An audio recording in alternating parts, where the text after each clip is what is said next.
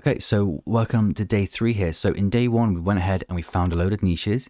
And in day 2, we went ahead and confirmed the ones that have traffic going to them. And then we went and found what our unique spin for those books are going to be, okay? And in day 3, what we're going to do is we're going to create all of our listings, or as much of these listings as we can. And we're also going to put out job offerings onto upwork.com to have our interiors made, okay? So what I like to do when it comes to creating my listings, like I know that I can't finish any of these listings because I don't have the interior or the cover made. I like to do it in a way where I make sure that the listings are ready. And when I know that the listings are ready, that gives me a better idea of what I need to have on my covers, okay?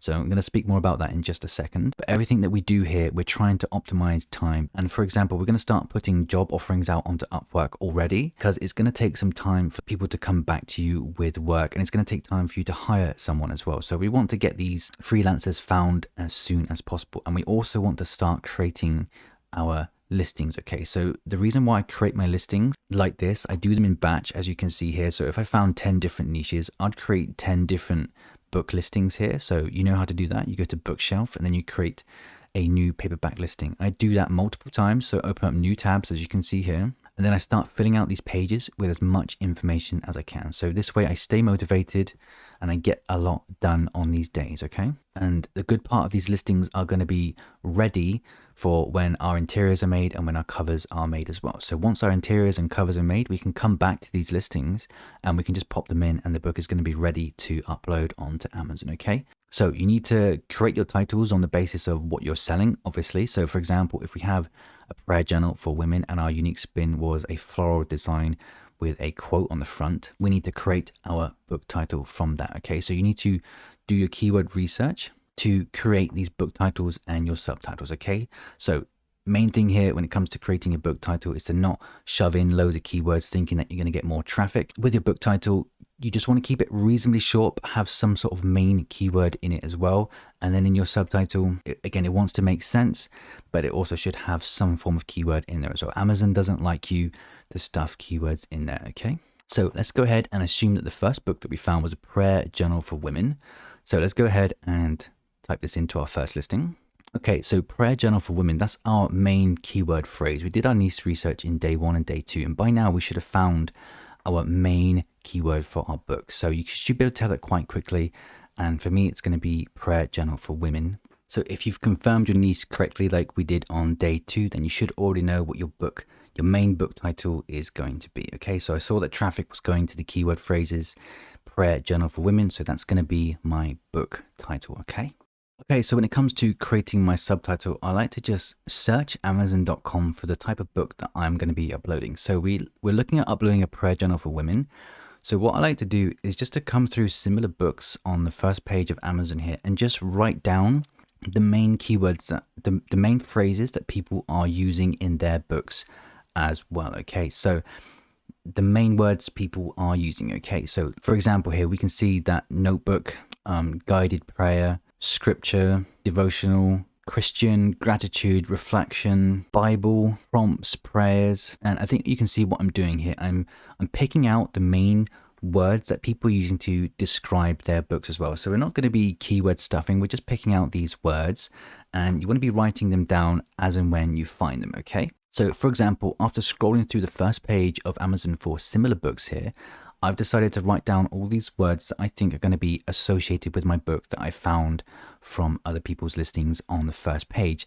And then what I like to do from there is to create a sentence that makes sense while trying to use some of these words, okay? So I try and pick the words that I think are the most relevant to my book, and then I create a sentence out of them, okay? Okay, so then, like I say, I make the subtitle out of some of those words, the ones that seem most relevant to me, and I create something that makes sense. Okay, so this overall might not make sense because I don't know what a prayer journal is or what they would have inside. Obviously, you're going to know what your book has inside and what it's all about. But what you can see, what I've done here is find those words, create a sentence from them. We don't keyword stuff. It needs to make sense, okay? Okay, so we can go through the rest of the listing now. We can fill out the author name and I don't ever put anything in the contributors section here. We do our description and we select the publishing rights and we put in our keywords, select the category.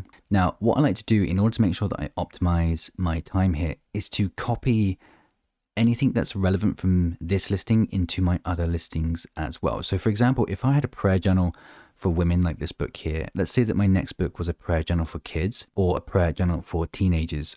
What I want to do is to try and copy anything that I can that is relevant from this listing and put it over to my next listing as well, okay?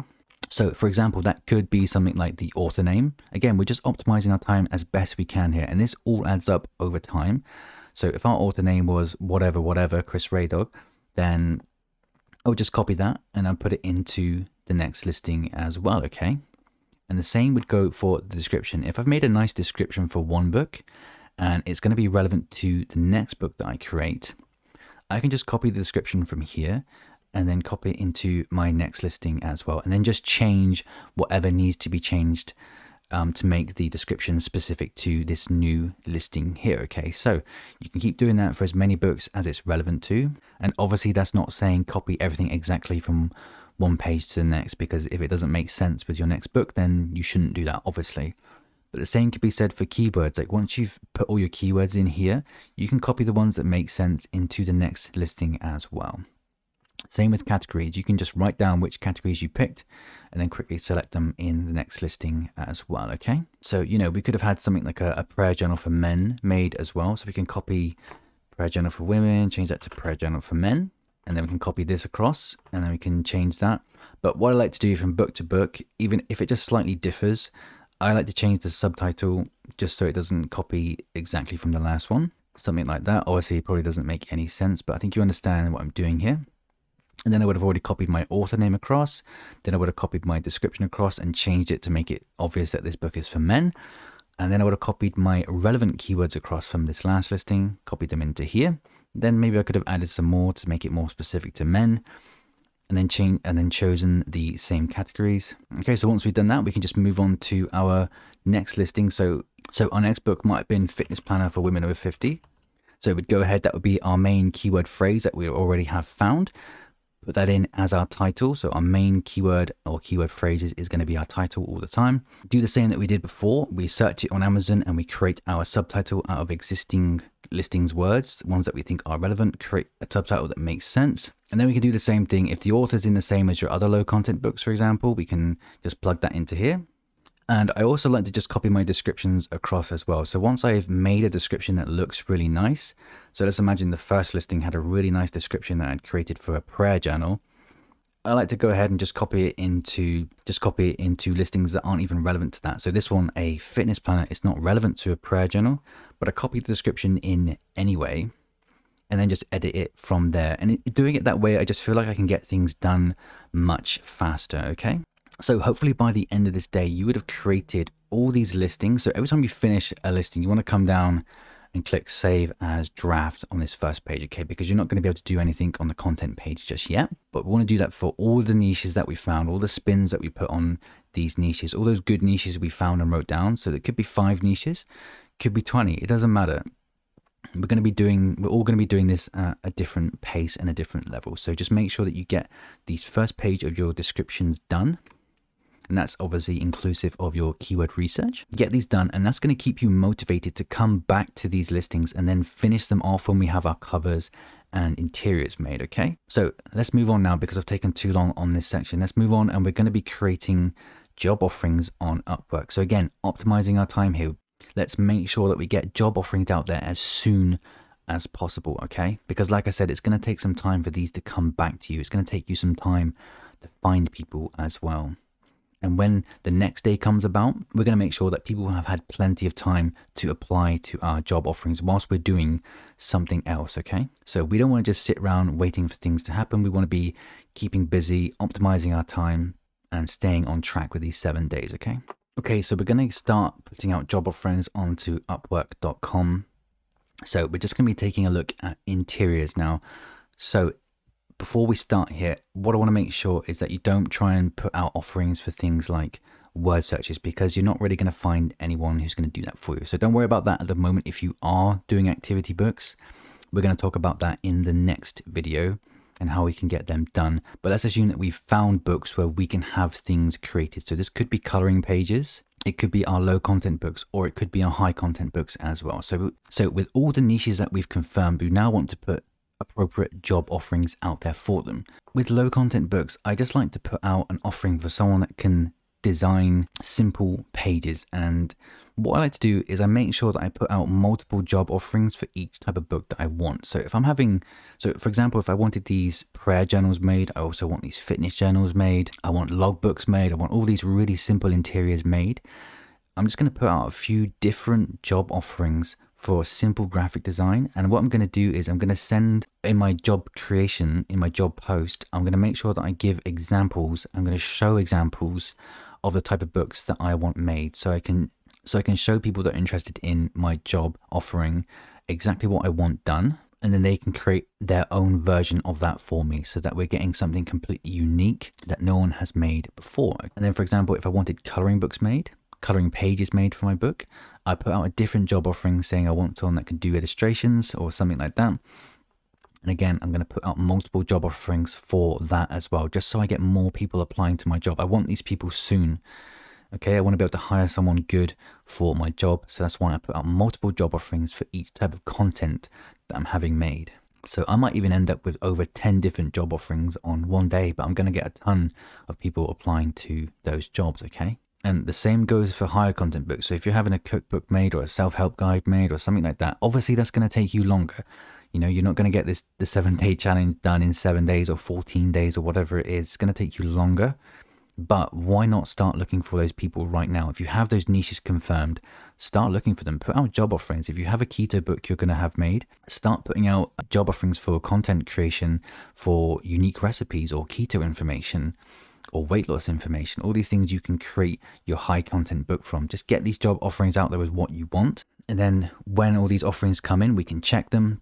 We can ask for samples. We can talk to people. We can be specific about what we want. And then we can hire someone when we're ready, okay? And the great thing about hiring someone trustworthy from Upwork is that once you have someone for each category, so for example, if I have someone that can create my low content books, I keep a hold of them for as long as I can. If they have a good rate, they design unique things and I trust them, I keep them busy. I keep sending them things that they can do and I keep paying them. And the same for my medium and higher content books as well. Once I find trustworthy outsourcers, I make sure I keep them, okay? So you're going to get a lot of people applying to your jobs if you put out a lot. Make sure you go through all of them. Make sure you talk to people and be specific about what you want.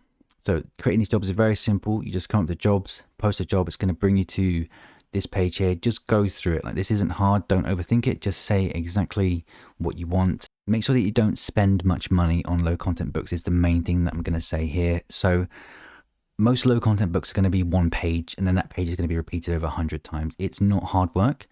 And what I like to say in my listings, especially for low content books, is that I'm only willing to spend $5. I think that's the minimum amount on Upwork for 5 different interiors, okay? So make sure that your cost for these books is very, very low, especially on your low content books.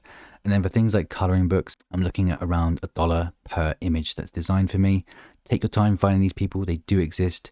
Don't get ripped off. This is a business. We want to make our money back, okay? And then for higher content books, I think that depends on the length of your book, the type of your book, how hard it is to have made. You need to decide what you're willing to put into your book for your higher content book, okay? Okay, so create as many job offerings as you can, and we're going to let that sit there, and we're going to let people apply, and we're going to come back to that in a couple of days. Okay, so then we're going to be moving on to day 4. In the next video, we're going to be creating our covers. Again, we're going to be doing it in a way that optimizes our time. And then we're going to look at what type of books we're going to outsource our covers for and what books we can create ourselves. And also in day 4, we're going to be looking at how we can create our own word search interiors as well, because word searches are the ones that I never have outsourced because I think it's almost impossible for someone to create that without some sort of software generation software. So we're taking a look at that in day 4 as well, if that's the type of book that interests you as well. So the word searches can go on their own. They can go into activity books. You can go loads of different niches with all these things. So this is something that I would definitely recommend that you check out. But we're going to look at this in day 4, not for now. So that's it. And I'll see you in the next video.